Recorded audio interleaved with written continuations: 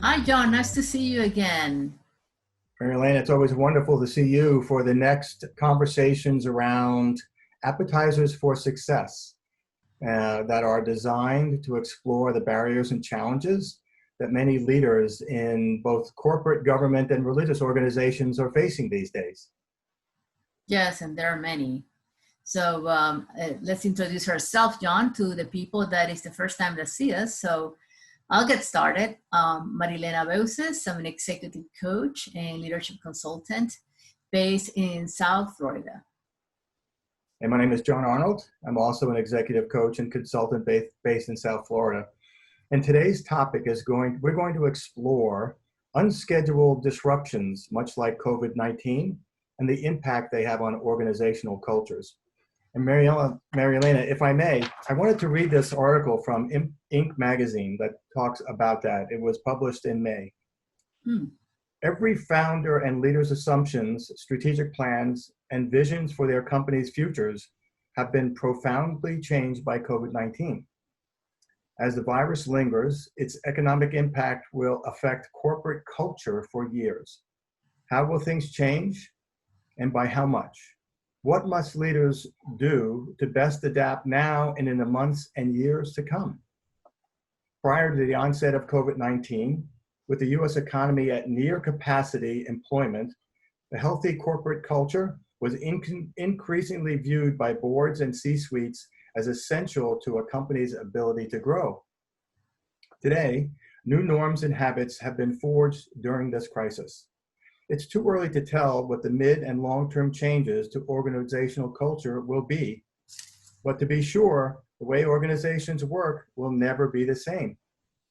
With little to no negotiation between employers and employees when COVID-19 hit, employee safety took priority over productivity in many cases, and friction began to build around significant consequences for brands, customer experiences, and long-term company reputations. So today we'll explore, based on the experience we've had over these last number of years, the impact of not just what COVID-19 is having on company cultures, but based on our experience, what leaders are telling us about how it's impacting company cultures. Well, that's a mouthful. So we need to unwrap that for our audience, John. I think for a business, the telling factor in crisis prevention is how strong their corporate culture is. So let me explain this to you. I'm working with a big pharmaceutical, and recently I was coaching one of the leaders in Latin America, and she presented the case to me as I don't know what to do. Everybody's working remotely. All of a sudden, an employee of hers hears over the grapevine that another employee is so depressed that is mentioning committing suicide. Ooh. So she, her first response was, well, let me call HR. And I'm going, hell no, you're not going to call HR. You pick up the phone, you leader, you wonderful leader that you are, and you take care of that person. There's no protocol, there's no planning for crisis of the magnitude that right now we're facing that is affecting us all. And we all have, either companies or individuals, different responses to this, and we need to take care of each other. So above and beyond whatever norms and rules and protocols might be in place for any company out there, in that article they said it very well, it's a matter of now corporations caring and being very vigilant, not only for their employees, but also for their external customers. How are they responding to this? How much do I care not only about the results, because it is important to keep the business going and to be sustainable, but it's also what are the reactions and responses that others believe about me, about my brand, about what do I stand for. Let me give you another quick nugget, because I love examples. I know you do, and I love that. And I wasn't witness of this precisely, but in a way I was. I'm a Starbucks fan, right? Like Starbucks, every day. And so at a particular Starbucks somewhere in the United States, there was someone that came in without a mask. And even though we have all these conflicts, mask or no mask, this particular employee stand up for the value of what Starbucks professes, which is their brand, which is caring about the customer. So this customer comes in oblivious to all the signs and oblivious to the health of everybody in the store. And this kid, who is a barista, he decided to call him on the attention that he needed to wear a mask. The customer got extremely upset, wanted to put it in all the social media, but guess what? That got viral. And the people in that community and communities around that knew that particular Starbucks, they raised over $100,000 to compensate the courage and the value of that particular barista to stand up for something that is not right for us all and to make us feel safe. So I'm going to stop there because I think, for me, it stands for what they believe. It stands for caring about the customer. And we all just might have different reactions, but the moment that the companies go wrong in terms of corporate culture is when they want to write it on the wall. They want you to say and repeat it like it's a national anthem, but they don't profess it in their own behaviors. And that's particularly true for the leaders in those organizations. Yeah, that's a great story. I think I remember that. Something else that comes to mind in a recent coaching call with a leader, this goes back about 2 months, maybe even 2.5 months, and we were having conversations about the remote workforce. This was the first time, like in many organizations worldwide, their company was working remotely. And his voice sounded, he had a voice of concern when he was talking to me. And so I asked him what was going on. He said, there's quite a buzz through the grapevine that remote working is causing people to experience depression like they had never experienced before. And I said, what does that mean? He said, well, a lot of people, they come to work and they're used to being around other employees. I said, yeah, that's the socialization aspect of it. And as we continued to talk, it was obvious that certain industries, tech industries, engineering industries, a lot of those employees are introverts by nature. And so they come to work to socialize. And they were missing the socialization aspect of that, especially if there isn't a spouse or a partner at home.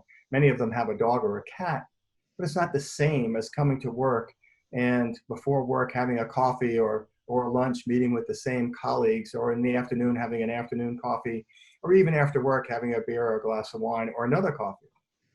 And so this company was starting to have conversations at the executive level around, we need to start getting our arms around this and start paying attention and being more, it's almost like over communicating to employees that they're here. Let's get together and have virtual coffees, Zoom coffees, in the afternoon, a Zoom happy hour, which seemed to be pretty popular in the beginning, but that there are now conversations around the mental health aspect of working remotely, which inevitably will lead to organizations paying attention to the new shifts that will have to happen in their culture over the next, not even coming months, but coming years. Yeah, absolutely. I always think of crisis. It's another aspect of change, obviously exacerbated. And, crisis need to be managed from the inside out, not from the booklet, not from the contingency plan, which is, fine to have, of course, if you're running an organization. But it has to do more about, what is it about me that is, that I can manage? You and I coach, thousands of leaders around the world, and there are insecurities in the way that sometimes we go about doing things. Sometimes that insecurity, you can call it intuition all you want, but sometimes we even don't rely on our own wisdom to manage under crisis. And the truth is, if we put our, mindsets into caring, and caring means caring for the employees, caring for the products, caring for the customer, how do you create that customer intimacy right now? And how are companies and leaders able to look at that and take advantage? This is strange because they're talking crisis, but I come from a third world country, John, and I can only tell you that during crisis, there's a lot of opportunities. It's what I call fishing in the murky waters. I think you heard about this one before. Yes, or going against the current, like the salmons do, in order to survive. And I think, a lot of companies are, right now implementing wonderful innovations out of this disruption.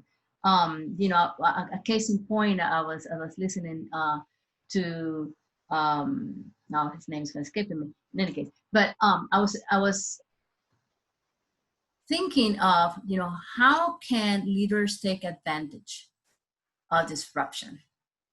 What is the opportunity that presents to them, rather than worrying about walking the same channel, the same tune in? I was listening to someone from, I won't say the brand, but someone in credit cards. They're taking this opportunity. People don't want to touch money right now because it's contaminated and everything else. So what do? They're coming out. I'm just getting one of their cards today in the mail. It's the touchless card, right? That you don't even have to put it into the machine. So this is the opportunity for invention, for creation.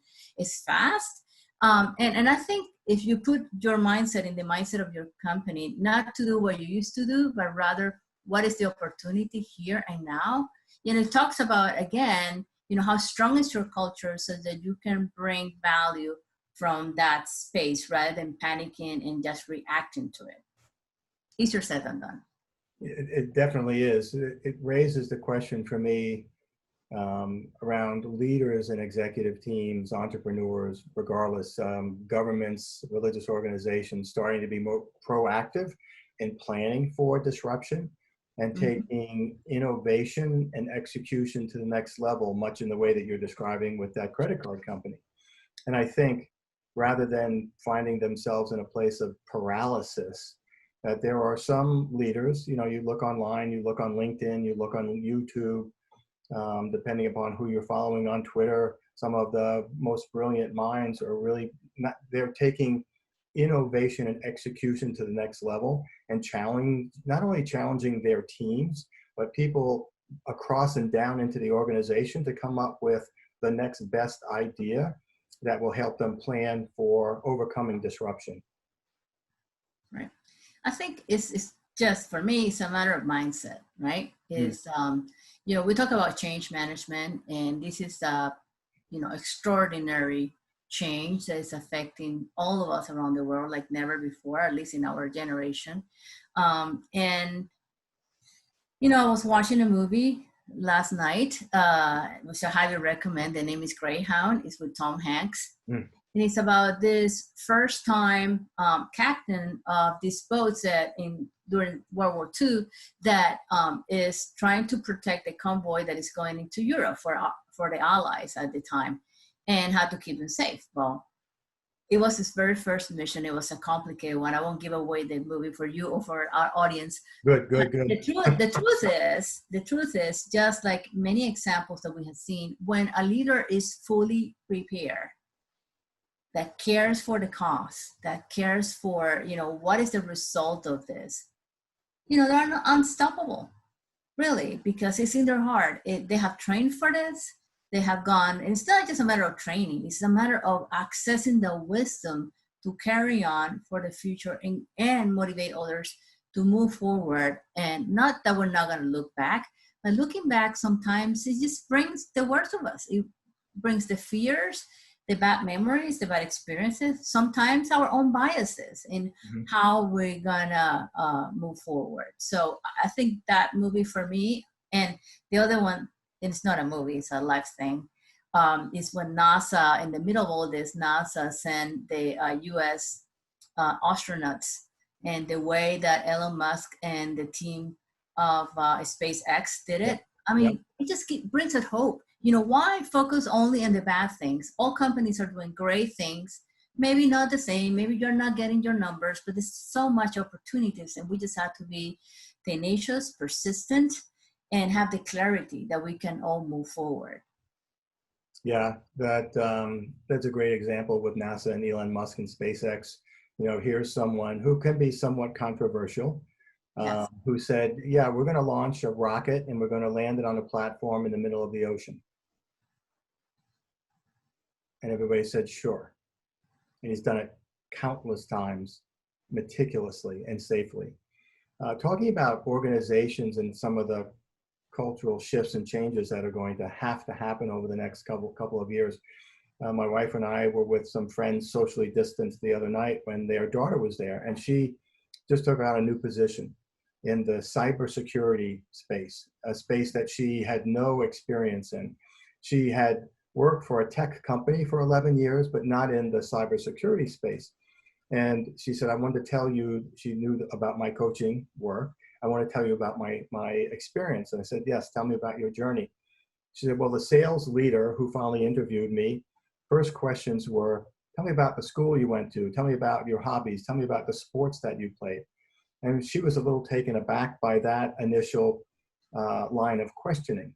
And I said, did you realize after a while what he was doing? She said, I wasn't quite sure. I said, he was trying to decide and discover early on if you were going to be a good fit for their culture. He was less concerned initially about your work experience and how you were going to talk about selling into the government. In this case, it was the New York City government, and more concerned about, are you going to be a great cultural fit for their company? So I think what we're going to see over the next couple of months initially is going to be a lot more conversations from leaders around what aspects of their culture will they start to leverage, and what aspects of their culture will they need to really reinvent, and be very disciplined and deliberate about it. Yeah, I think that's a great example. And I think it also brings to me the point that, one of the critical skills for the future, how is this altering, not only how the companies recruit, but in terms of the fit, which I think is so clever. But it is also about, the structure, the organizational structure. Do we need to be flatter? Do we need to just keep it remotely? And the impact of that in real estate and whatever else. The impact on our own institutions and our desire for them to respond faster. The institutions such as, healthcare systems, such as educational systems, all of that. And I think one of the biggest lessons right now for everybody in the world is that we're all united on this. Why don't we share, our learnings? Why don't we just come together in like global symposium, say, with best practices in the industries, and just share that so that everybody doesn't need to replicate the wheel, and just with the spirit of moving faster and forward. We can only benefit each other. We're not going to hurt anybody else, in my view, if you do it with the right spirit. I agree with you. It's time to put the ice packs on the ego, reduce the swelling, and start sharing great ideas, innovation, and best practices. And this is probably a great time, Marilena, as we bring our conversation today to conclusion, to invite our viewers to offer their own insights. They might be some controversial opinions. We invite that as well. We welcome everybody's opinion. We welcome everybody's insights. Anything that you would like to offer to engage in future conversations with us are going to be absolutely welcome. Of course. And that brings me to also the conclusion. Well, you guys will see our emails and linked information at the end of our recording here. But also, John, how about if we start thinking for our next video, how to deal with big egos in organizations? How do we deal with that? How do we manage up if it happens that our boss is one of those? Or if we have an employee that is like, oh my God, so smart, but the ego is so huge, it doesn't let anybody else talk or add. So how about that topic for next time? I think it would be great. How do we manage and deflate the big egos? And thank you for that suggestion, Marilena. Until next time. All right.